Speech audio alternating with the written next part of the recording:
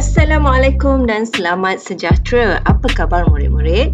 Berjumpa lagi dengan cikgu dalam mata pelajaran Sains Sosial dan Alam Sekitar. Kali ini tajuk yang kita akan pelajari adalah tentang objek, iaitu serap ataupun tidak serap air.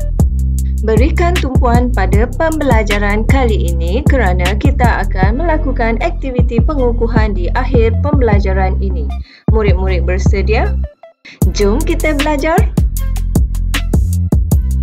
Cikgu harap di akhir pembelajaran ini murid-murid akan boleh menamakan objek yang serap ataupun yang tidak boleh serap air dengan betul.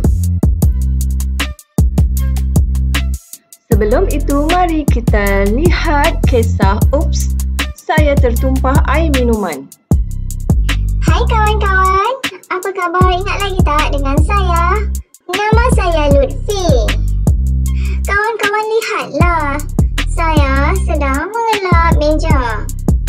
Kawan-kawan nak tahu tak apa yang telah terjadi?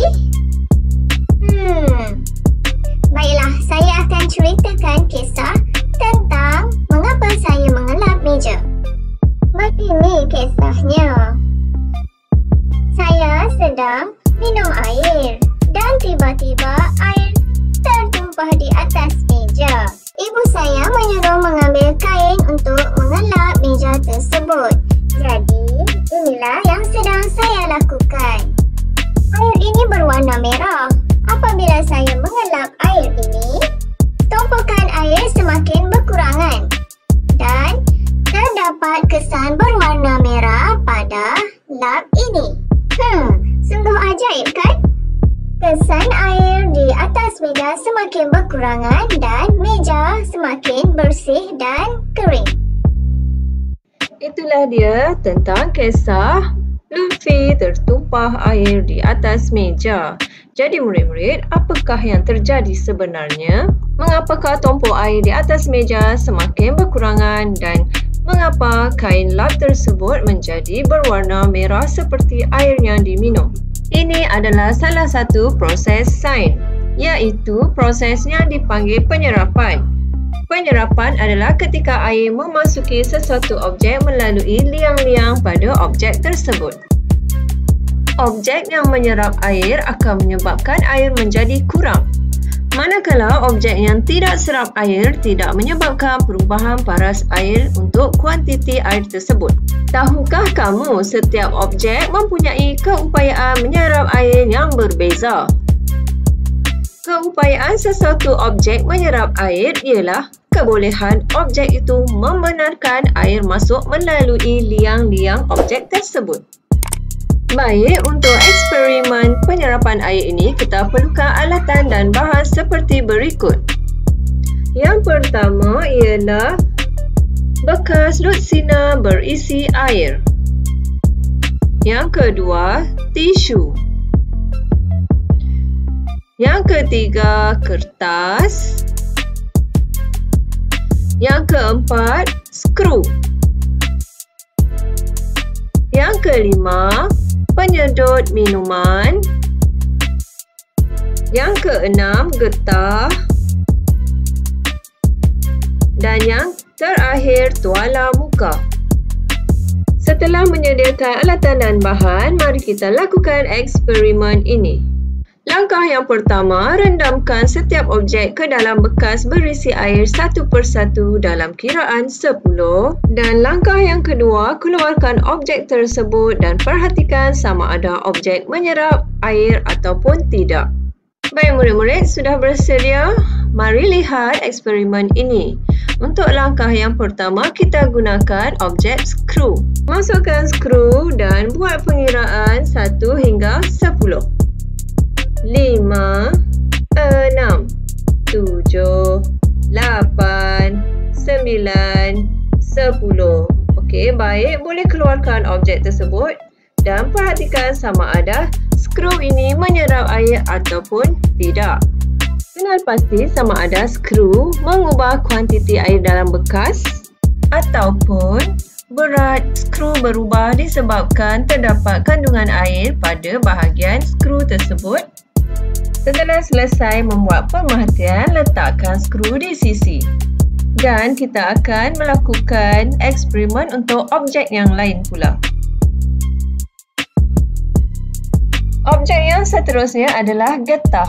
Masukkan getah dan kira 1, 2, 3, 4, 5, 6, 7, 8, 9, 10. Keluarkan getah tersebut dan lakukan pemerhatian seperti tadi.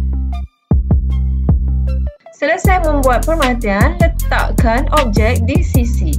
Mari kita teruskan dengan objek seterusnya iaitu tualang muka. Rendam dan kira 1 hingga 10. 5, 6, 7, 8, 9, 10. Keluarkan tualang muka tersebut dan perhatikan adakah terdapat perubahan pada kuantiti air dalam bekas atau adakah berat tualang muka tersebut berubah kerana terdapat kandungan air di dalamnya.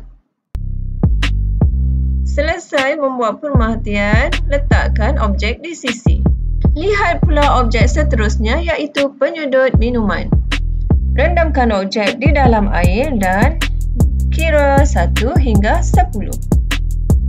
4, 5, 6, 7, 8, 9, 10. Keluarkan penyedut minuman dan perhatikan adakah terdapat apa-apa perubahan selepas merendamkan penyedut minuman ke dalam air. Selesai membuat pemerhatian, letakkan objek di sisi dan teruskan dengan objek kertas. Dengan kiraan 10, 3, 4, 5, 6, 7, 8, 9, 10. Keluarkan kertas tersebut dan perhatikan adakah apa-apa perubahan yang terdapat pada kertas selepas direndam. Selesai membuat pemerhatian, lakukan untuk objek seterusnya iaitu tisu. Dengan kiraan 10 juga. 1, 2, 3, 4, 5, 6, 7, 8, 9, 10. Keluarkan tisu dan lakukan pemerhatian terhadap objek ataupun tisu ini. Perhatikan sama ada terdapat apa-apa perubahan pada tisu tersebut selepas direndam. Selesai, kita letak di sisi. Baik, eksperimen telah pun tamat. Mari kita lihat hasilnya. Rekodkan hasil pemerhatian dalam jadual di atas. Baik, mari kita sediakan jadual untuk merekod hasil pemerhatian. Tulis bilangan objek iaitu penyedut minuman, tisu, skru, getah pengikat, tuala kecil dan kertas serta bahagian sama ada serap ataupun tidak serap air. Mari kita rekod hasil pemerhatian untuk penyedut minuman. Adakah ia serap ataupun tidak serap air? Ya, straw minuman tidak menyerap air. Dan objek yang kedua iaitu tisu. Adakah tisu menyerap ataupun tidak menyerap air? Ya, objek tisu menyerap air. Dan seterusnya, skru. Adakah skru menyerap air ataupun tidak? Ya, betul. Skru tidak menyerap air. Tahniah murid-murid. Dan objek seterusnya, getah pengikat. Adakah ia menyerap ataupun tidak menyerap air, murid-murid? Ya, betul. Getah pengikat tidak menyerap air. Dan seterusnya, tuala kecil ini. Adakah ia menyerap ataupun tidak menyerap air? Ya, tuala kecil menyerap air. Dan lihat pula objek yang terakhir iaitu kertas. Adakah kertas serap ataupun tidak serap air? Mudah saja bukan? Ya, kertas menyerap air. Okey, baik, kita telah selesai membuat rekod pemerhatian. Tahniah untuk semua kerana bersama-sama membuat rekod pemerhatian ini. Seterusnya, apa yang boleh disimpulkan untuk eksperimen ini adalah objek seperti kertas, tuala, tisu menyerap air. Manakala objek seperti getah, skru ataupun besi dan juga straw ataupun plastik tidak menyerap air. Okey, seterusnya adalah latihan pengukuhan. Lakukan latihan pengukuhan mengenal pasti objek serap ataupun tidak serap air. Tekan pautan di ruangan description di bahagian bawah video untuk melakukan aktiviti pengukuhan ini. Murid-murid boleh cuba ya.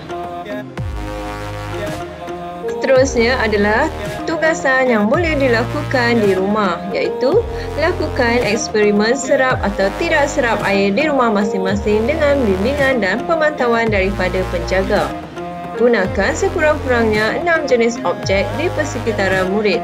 Rekodkan hasil pemerhatian dan hantar kepada guru masing-masing. Selamat mencuba! Sebelum kita akhiri pembelajaran ini, mari kita membuat sedikit refleksi. Adakah murid boleh menamakan objek yang serap atau tidak serap air dengan betul? Jika jawapan murid ya, tahniah cikgu ucapkan. Namun, jika masih belum mencapai objektif tersebut, jangan berputus asa, teruskan usaha. Baik murid-murid, pembelajaran telah pun tamat. Terima kasih kerana menonton video pembelajaran ini sehingga penghujungnya.